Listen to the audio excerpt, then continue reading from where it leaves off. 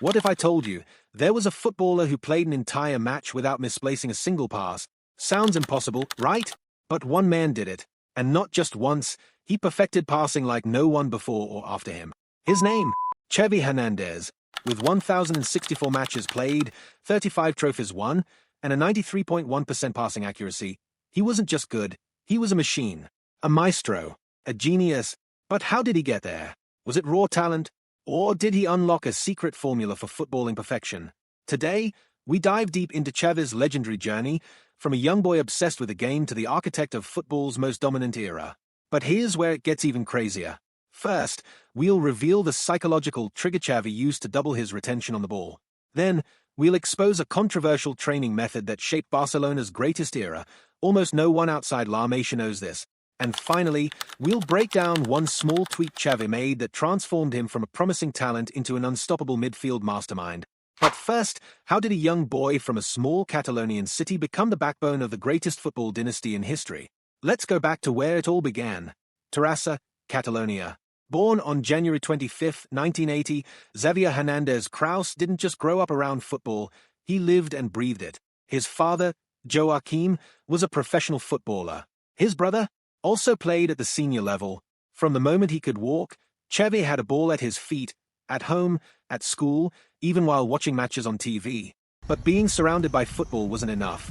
Greatness isn't inherited, it's forged. And for Xavi, that forging began with one decision. At 11 years old, he wasn't just a talented kid, he was an uncut gem. But to become a legend, he needed more than skill. He needed to master one mental trigger, a technique that would turn him into a football computer, processing the game faster than anyone else on the pitch. What was it? It all started at one place, La Masia. But before we get there, why did this academy produce so many GOATs? And what was Barcelona hiding? Let's find out.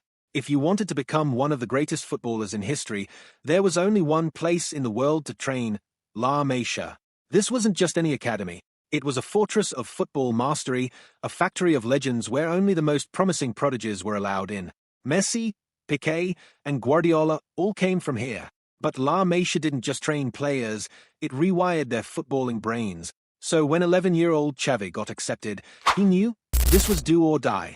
La Masia's training methods were top secret. Almost no one outside the academy knows how they develop their players. But here's what we do know. Xavi was introduced to a revolutionary style of football, one that would change the game forever. It was called tiki-taka, a system built on short, rapid passes, constant movement, and absolute control of possession. At first, Xavi struggled. He wasn't the fastest, he wasn't the strongest, but he had something better, a mind built for football. So he trained obsessively. Every pass, every movement, every decision was honed to perfection. He didn't just play the game, he studied it. But even with all that training, one final test stood in his way.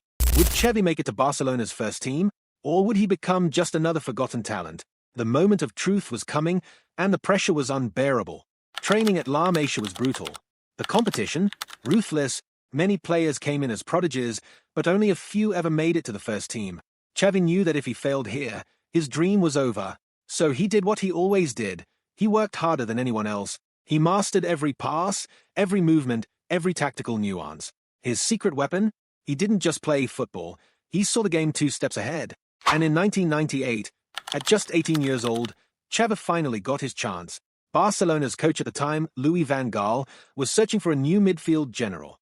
And when Xavi stepped onto the pitch for his first game in the Copa Catalunya, something became clear.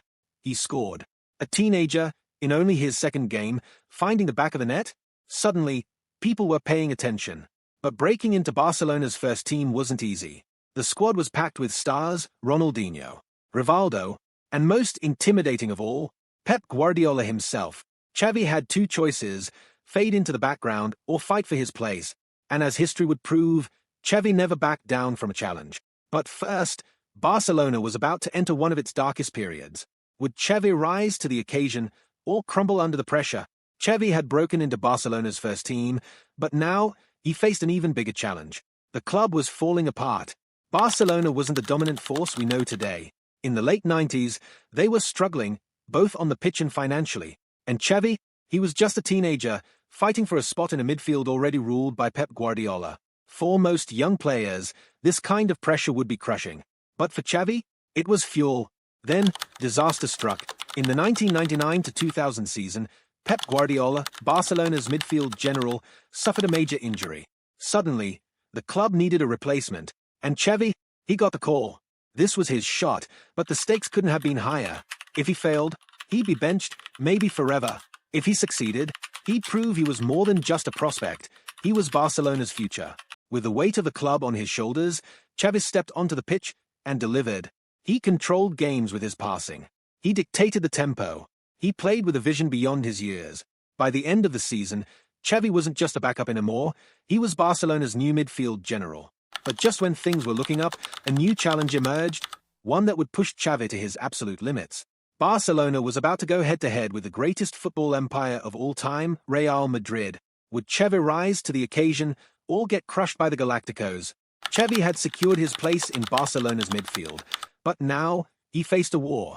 At the time, Barcelona wasn't Spain's dominant force, Real Madrid was. They had superstars, unlimited money, and a squad stacked with legends. Their nickname? The Galacticos. And for years, Madrid dominated Barcelona. Every match felt like an uphill battle. But Xavi, he lived for challenges, and this one would shape his entire legacy. The early 2000s were brutal for Barcelona. While Madrid was lifting trophies, Barca was fighting just to stay competitive. With limited resources and a squad still rebuilding, Xavi was forced to change his game. He became more defensive, adapting his passing to break enemy attacks before they even started. He learned how to control matches, slowing the tempo down when Madrid wanted to play fast. And most importantly, he never lost faith. In 2004, everything changed. A new generation of talent was rising, Ronaldinho, Eto'o, and a young Lionel Messi. And Xavi, he was now the vice-captain, the man in charge of making everything tick. For the first time in years, Barcelona wasn't just competing, they were ready to take over. But first, Xavi had to do something no one thought was possible. He had to break Real Madrid's dominance and lead Barcelona back to glory. Would he succeed? Or would Madrid crush his dream? For years, Real Madrid dominated Spain. Barcelona, they were second best, but Xavi never accepted that. He spent years sharpening his vision, perfecting his passing, and learning every weakness in Madrid's game. He wasn't the fastest, he wasn't the strongest, but he was the smartest, and in 2004, with a new generation of stars beside him, Xavi was ready to strike. It all came down to El Clasico, 6-2, away from home, in front of thousands of stunned Madrid fans. And who was at the heart of it all? Xavi. 4 assists, complete control of the game. Madrid had no answers. This was more than a victory. This was a statement. Barcelona was back. That night, Xavi proved he wasn't just a great player, he was a legend in the making. But his journey wasn't over. One final challenge remained. Could he take Barcelona to the very top of world football? Could he lead them to Champions League glory?